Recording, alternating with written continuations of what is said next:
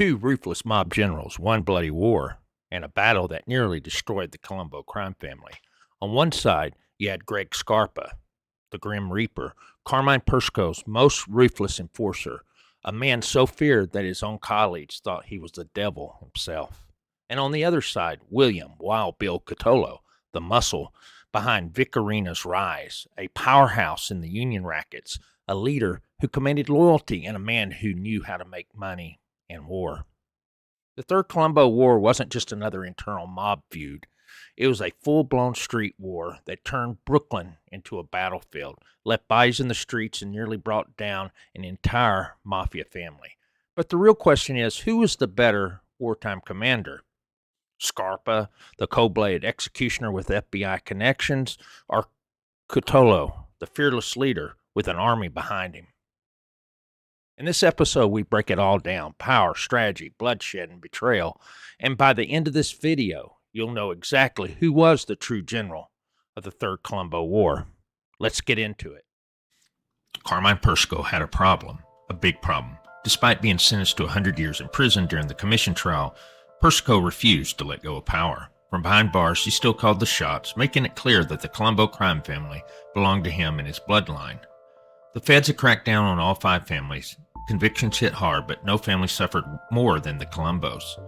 The commission wanted stability, a boss who could make decisions, induct new members, and most importantly, approve hits. Originally, Persco tried to keep power in the family, but when his brother skipped bail, things got messy. That's where Vic Arena comes in. In 1988, Persco gave him the title of acting boss, hoping he'd hold the fort until his son Alley Boy was free. But there was one problem. Arena wasn't just acting, he was leading. He had the respect of the capos, he was making money, and unlike Persco, he was actually on the streets. The more power Arena got, the less he wanted to give it back. To him, the Colombo family needed a real boss, not a prison kingpin sending orders from a cell. But Persco saw Arena as something else, a traitor, a man trying to steal what was rightfully his. Then came June 20th, 1991. Arena was driving home to his Cedarhurst, Long Island house when he spied a parked car with 5 men inside. Arena wasn't stupid. He recognized at least 2 of the guys, and he knew exactly why they were there. Before the hit men could even react, Arena slammed his foot on the gas and peeled out of there like a bat out of hell. No gunfire, no chase, just a lucky escape, and that was the first shot fired in the war. From that moment on, Brooklyn became a battlefield. The Persco and Arena factions were at war, and 2 of the most feared men in the Mafia were about to take center stage: Greg the Grim Reaper Scarpa and Wild Bill Cutolo. Let's break down who these men really were and who was the better wartime commander. 2 mob generals, 1 war, and a fight that turned Brooklyn into a battlefield. Who was the true wartime commander, the Grim Reaper or Wild Bill? Let's break it down. Soldiers, money, weapons, leadership, and the one factor that really decided who survived. When this war broke out, Wild Bill Cutolo had the numbers. Nearly 2/3 of the Colombo family backed Vic Arena, and that meant Wild Bill had an army of young, hungry mobsters ready to kill for him.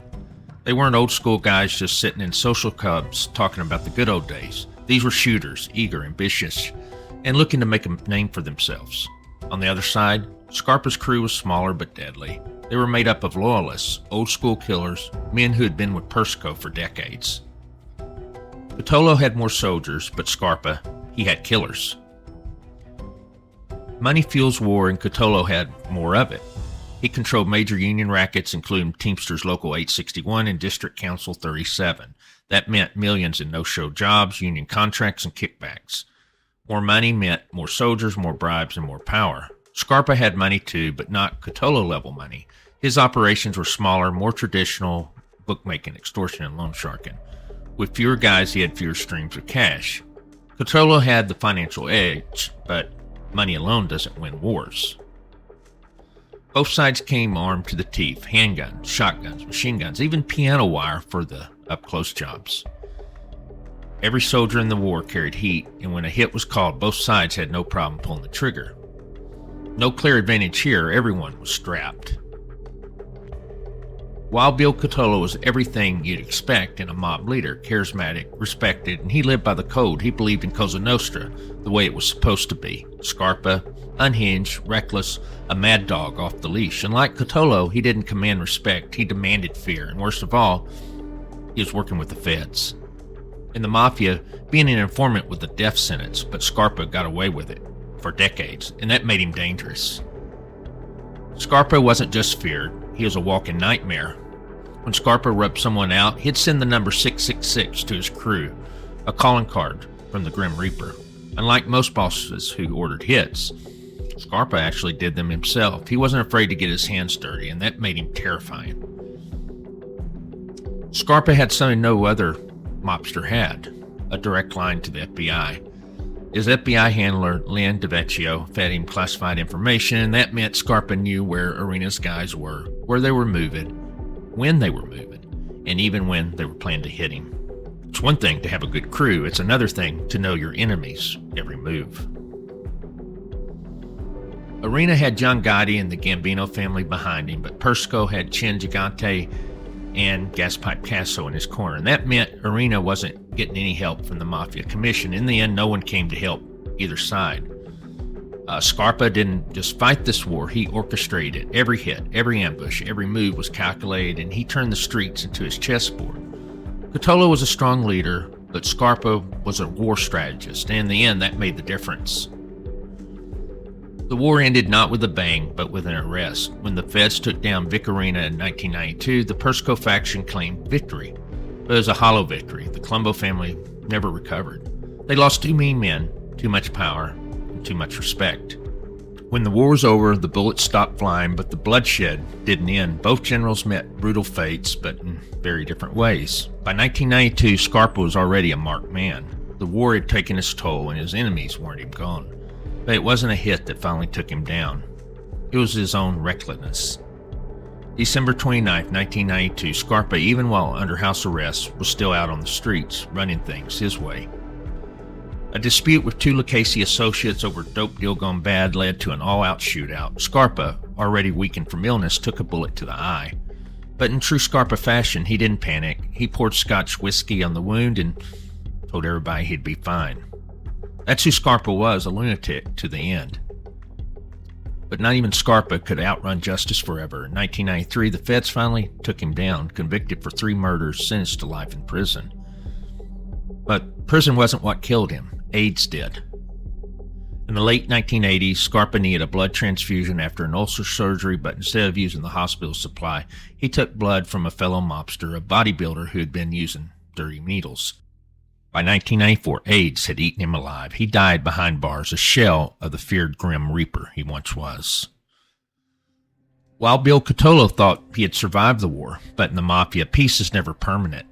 By the late 90s, Carmine Persco's son, Alphonse Little Alley Boy Persco, was back on the street and looking to clean house.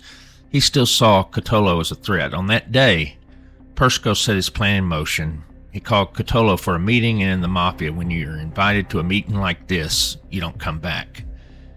He was last seen getting into a car in Brooklyn. He never made it home. Somewhere in a basement, he was taken out, shot, wrapped in a tarp, and vanished. For almost a decade, no one knew where Cutolo was buried, but in 2008, a mob informant finally cracked and led the feds to a remote field in East Farmingdale, Long Island.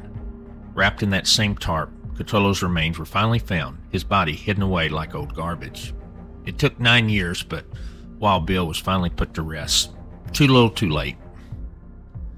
2 mob generals, 2 brutal endings. One died sick and rotting in a prison cell. The other was betrayed, buried, and left to rot in the dirt. But in the end, neither one of them won. The Colombo Crime Family should have been one of the most powerful families in the Mafia, but today they're the weakest. 3 wars in 1 generation, 3 times they tore themselves apart, and the last one, it nearly wiped them out. Carmine Persco's iron grip from prison created instability from the start. Bosses are supposed to lead, but he ruled through fear, paranoia, and betrayal. And that led to disaster. The Colombos weren't just fighting law enforcement, they were fighting each other. Every time they built something, they burned it to the ground. In the Mafia, loyalty is everything, but how do you trust a family that's constantly at war with itself? At one point, the Mafia Commission considered dissolving them completely, giving their rackets away to the Gambinos and Lacases. The Colombos were that unstable. Today, there's no real leadership. Every time someone rises up, they either get arrested or clipped. There's no structure, no stability, no power.